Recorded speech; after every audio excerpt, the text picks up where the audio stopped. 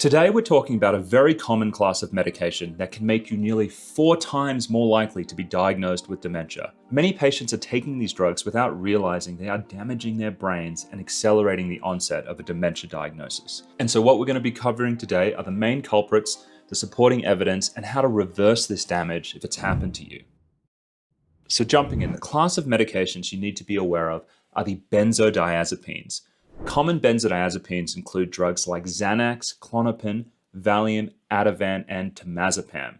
Why do these drugs cause dementia? Well, the benzodiazepines act on the GABA neurons in the brain. GABA is the neurotransmitter that slows down the brain.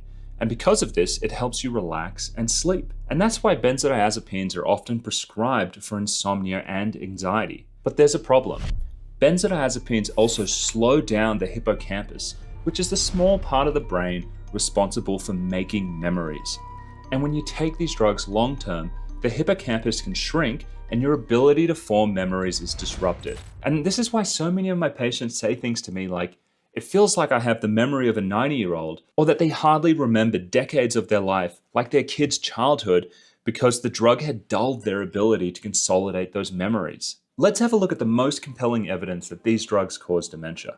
The first study was done by he and colleagues in 2019, and they did a meta-analysis of 10 different studies, and they found that the risk of developing dementia if you were taking benzodiazepines was 50% higher. They also found that the risk was higher in patients who took longer-acting benzodiazepines like Valium, and also those who were taking them for longer periods of time. Another study by Gallagher and colleagues in 2012 looked at 1,134 men, and what they found was that taking benzodiazepines was associated with a 3.5 times higher risk of getting diagnosed with dementia. And there's one final study which is important and very reassuring, and that was by Wu and colleagues in 2011. And when they looked at a database of over 8,000 patients, what they found was that if you took benzodiazepines, the chance of you being diagnosed with dementia was 2.7 times higher.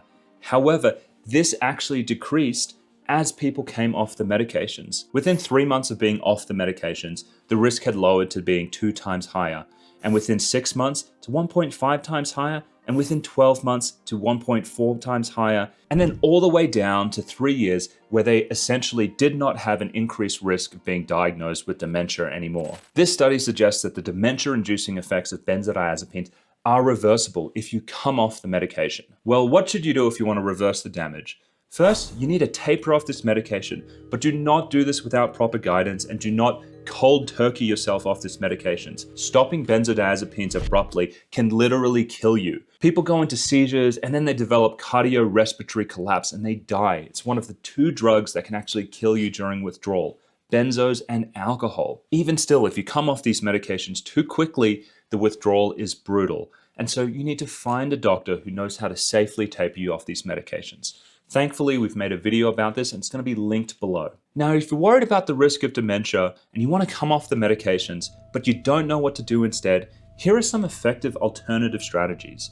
One of my favorite strategies for insomnia is actually dietary modification. Overeating refined carbs can often cause insulin resistance. It's a huge problem in America. And this often leads to people waking up in the middle of the night at 2 a.m. in an activated state. A great strategy is to minimize the amount of carbohydrates in the evening and prioritize a protein-rich meal, which will lead to steadier blood sugar over the evening and more restful sleep. Now, the next intervention is to cut out caffeine. And the reason I suggest removing one of our most beloved habits that is used by over 90% of Americans is that randomized controlled trials consistently show that caffeine increases anxiety and insomnia. For instance, Gardner found in his randomized controlled trial that if you consumed any more than 100 milligrams of coffee, that's a small coffee, after 9 a.m., you decreased the amount of time that you slept at night. In addition, Liu and colleagues found that consuming high amounts of caffeine increased your anxiety substantially, an effect size of between 2 to 3. This is a huge effect size. The next strategy is daily exercise.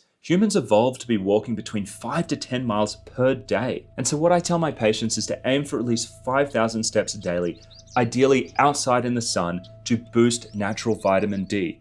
And you know why that's important? Well, Vitamin D is an important cofactor in the production of natural melatonin, so that's also going to boost your sleep. And finally, you want to engage in targeted psychotherapies because oftentimes anxiety can be triggered by work stresses or relationship issues. If you see a skilled therapist, they can help you resolve these root causes so you don't need to lean on medications to deal with those symptoms. But you might also be asking, Dr. Josef, what if I really need a medication in an emergency? What I would say is it's okay to use a benzodiazepine on an as-needed basis. Most patients have no problems if they take this medication once or twice a month. If you're looking for other alternatives for sleep, I would recommend as-needed melatonin, or for anxiety, I would recommend the medications propranolol or hydroxyzine. That's it for today. I hope this was helpful and take care of yourself. But if you want to learn more about a new revolution in mental health where doctors are using dietary interventions to reverse severe psychiatric conditions like major depressive disorder, bipolar, and schizophrenia, you're not going to want to miss this next video.